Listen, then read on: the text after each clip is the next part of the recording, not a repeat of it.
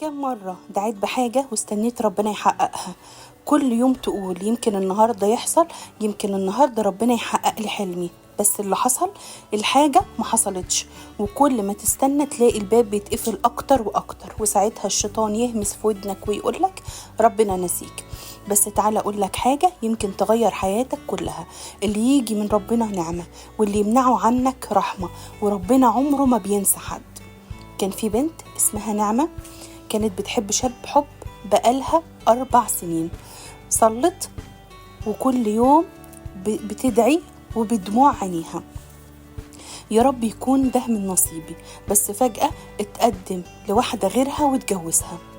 نعمة اتكسرت وفضلت تسأل ليه يا رب أنا طلبت وانت ما اديتنيش. عدت سنين، ومرة كانت داخلة مستشفى تزور قريبتها، قابلت هناك دكتور إنسان بمعنى الكلمة، بيحب ربنا ومتواضع وأخلاقه من نور.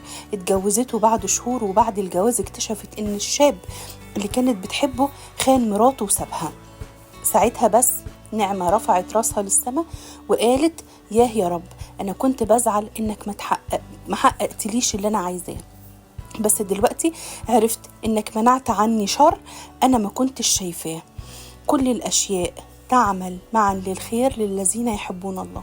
حتى الألم، أيوة. حتى الحرمان، أيوة. حتى الباب اللي اتقفل في وشك، أيوة.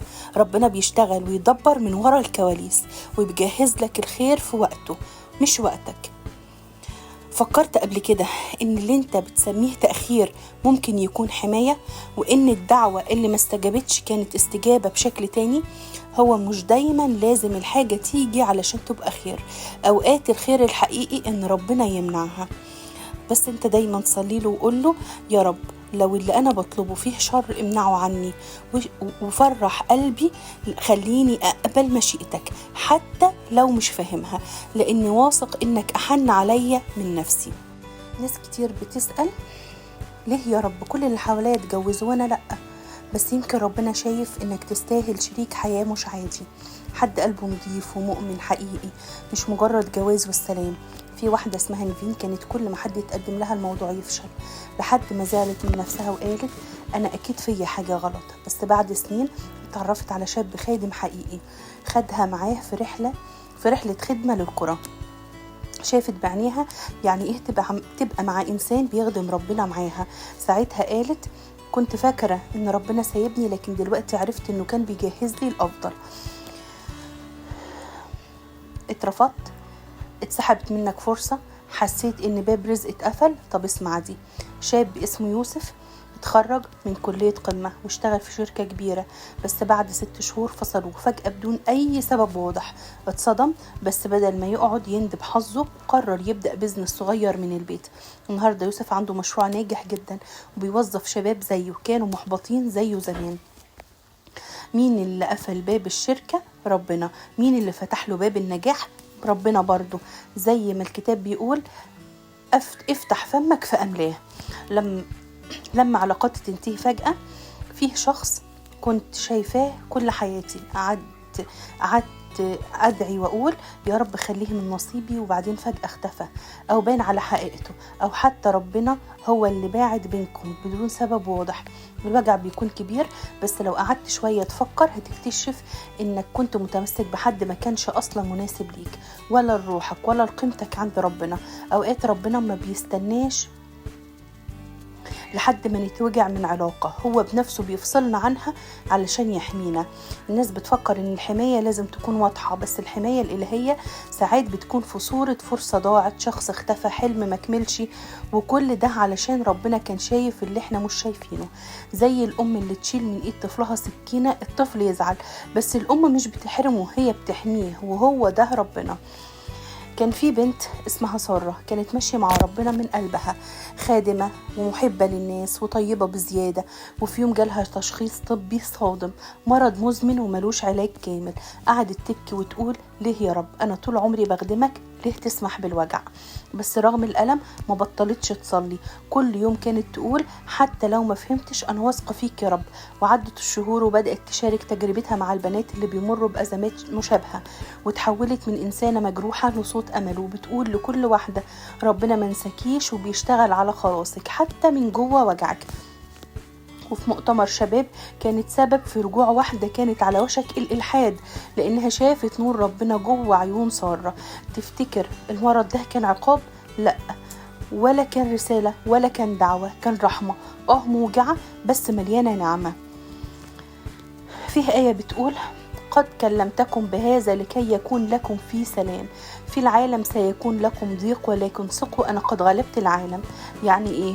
يعني ربنا مش وعدنا إن الحياة هتبقى سهلة، ولكن وعدنا إنه هيكون معانا فيها، في كل خطوة، في كل دمعة، في كل خيبة وكل منع. صلي له وقول له: يا رب لما توجعني الحياة ساعدني أشوف إيدك وسط الغيوم، خليني أصدق إن المنع مش نهاية وإنك إله الرحمة حتى في المرات اللي حسيتك بعيد. اديني إيمان مش بس لما تكون النعمة باينة، ولكن كمان لما تكون لابسة شكل الحرمان. اوعى تفكر ان سكوت ربنا تجاه اللي بتطلبه معناه انه مش سامعك، هو سامع وشايف وبيشتغل بصمت على حاجات انت لسه مش شايفها. صدقني اللي بيجي من ربنا نعمة، واللي بيمنعه رحمة اكبر من اللي كنت انت بتتخيلها. ساعات بنسأل ربنا بنقول: ليه يا رب منعت الحاجة دي؟ لكن قليل اللي بيفهم ان كل منع هو نوع من انواع الرحمة، والرحمة مش نوع واحد، لأ، فيه 3 أنواع وكل نوع فيهم أعظم من التاني. أول نوع من الرحمة من كل ضرر جايلك. أوقات بتكون رايح لفرصة لشخص للشغل، ولكن ربنا يقفل لك الباب فجأة علشان الحاجة دي كانت هتكسرك وهتضيعك، أو ببساطة مش ليك. زي يوسف في العهد القديم، اخواته رموه واتسجن، بس في الآخر بقى سبب نجاة لأهله والبلد كلها. تخيل لو ربنا ما منعش عنه الراحة، كان ضاع القدر كله. والنوع التاني من الرحمة هي رحمة من نفسك. في حاجات انت بنفسك كنت هتتعلق بيها، وكانت هتسرقك من روحك ومن سلامك ومن علاقتك بربنا، فربنا منعها علشان يحافظ على أعظم كنز جواك وهو قلبك. في واحدة كانت مرتبطة بشخص بعيد تماما عن ربنا، بس كانت بتحبه من كل قلبها، فضلت تدعي وتقول: يا رب خليه من نصيبي. بس العلاقة فجأة اتكسرت، وبعدها بشهور اكتشفت ان الشخص ده كان بيغدر بيها، وساعتها فهمت ان ربنا انقذها من نفسها قبل ما تنكسر اكتر. اما النوع الثالث بقى من الرحمة، من حاجة اقل من اللي ربنا مجهزهولك.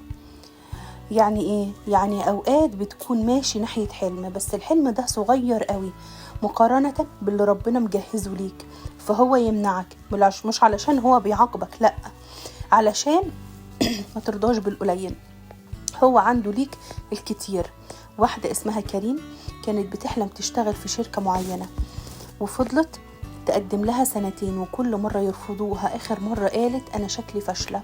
بس بعد 6 شهور جات لها فرصة تدريب في منظمة دولية، وفي ظرف سنة اتعينت فيها بمكانة أعلى من اللي كانت بتحلم بيه في الشركة اللي رفضتها. ربنا ما رفضش حلمها، ربنا كان بيرقي الحلم، وهو ده اللي دايما بنشوفه، اللي دايما احنا مش بنشوفه، ولكن ربنا بيكون بيرتبه لنا. لأني يعني الآية دي بتقول إيه؟ لأني عرفت الأفكار التي أنا مفكر بها عنكم، يقول الرب، أفكار سلام لا شر، لأعطيكم رجاء دائما. اللي جاي من ربنا عمره ما هيضرك، حتى لو النهاردة مش فاهم، لكن بعدين هتحمده على كل باب اتقفل، وعلى كل دمعة نزلت، وعلى كل دعوة مستجابتش بالطريقة اللي انت كنت عايزها. هتكتشف انك ما كنتش محتاج غير انك تقول: يا رب تولى امري بطريقتك انت مش بطريقتي انا.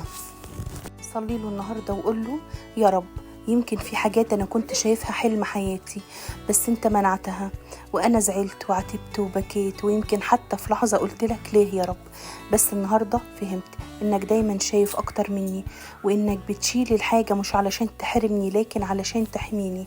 يا رب علمني أقول من قلبي: لتكن مشيئتك لمشيئتي، واديني نعمة الإيمان حتى في وسط الضباب، والصبر لما التأخير يطول، والسلام لما الدنيا تبقى دوشة وما فيهاش إجابة.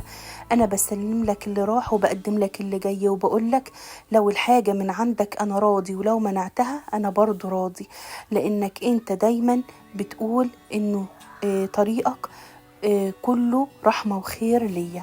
أمين.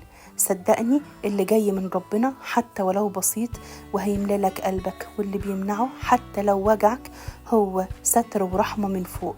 عيش بالإيمان مش بالإحساس، وامسك في ربنا حتى لو فلتت الدنيا من ايدك، لانك مش لوحدك، انت دايما في حضن وايدين ربنا، وايدين ربنا بتشتغل لحسابك حتى لو انت مش شايف. ربنا معانا ويرضينا للي دايما في مشيئته الصالحة.